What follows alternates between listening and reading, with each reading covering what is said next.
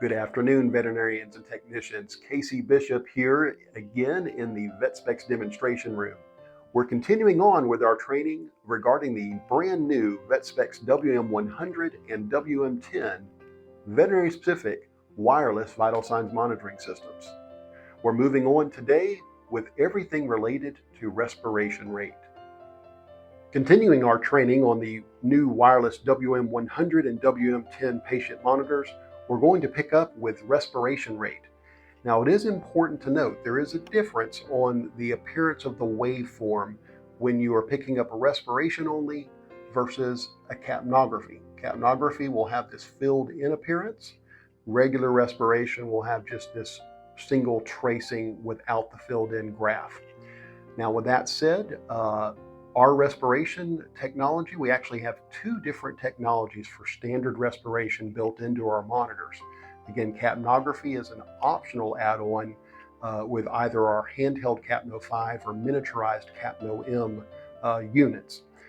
As for respiration, we have our Airway Direct respiratory sensor. This is actually picking up respiration via connection right to the trach tube, or we have what is referred to as impedance respiration, and that can be picked up by either our 3-lead ECG lead wire set or our 2-wire ECG lead set. Of course, you will also need the wireless multi-parameter main module with these components attached in order to obtain respiration. We are now going to talk about connecting each of these different accessories and their applications.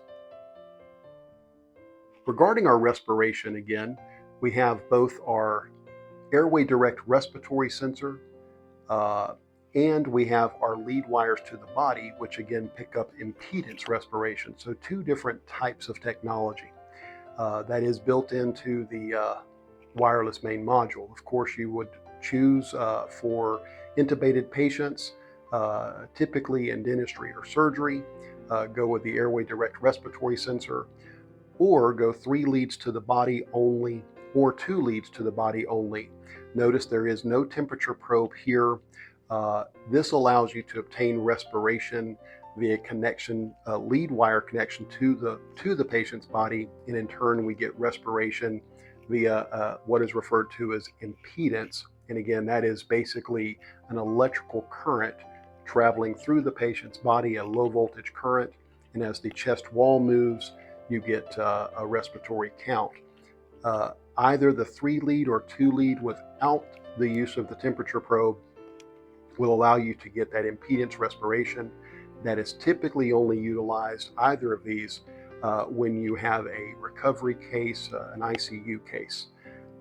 For the Airway Direct respiratory sensor, just simply hook that sensor right between the anesthesia tube and endotracheal tube. There is a small thermistor is what is referred to, a small detector in there. You can remove moisture from that detector by just using a dry Q-tip. Not necessary to do that too terribly often, but if it's more than about a 45-minute procedure or back-to-back procedures, again, just dab that little sensor in there, remove that moisture barrier, and that will allow the sensor to work even better.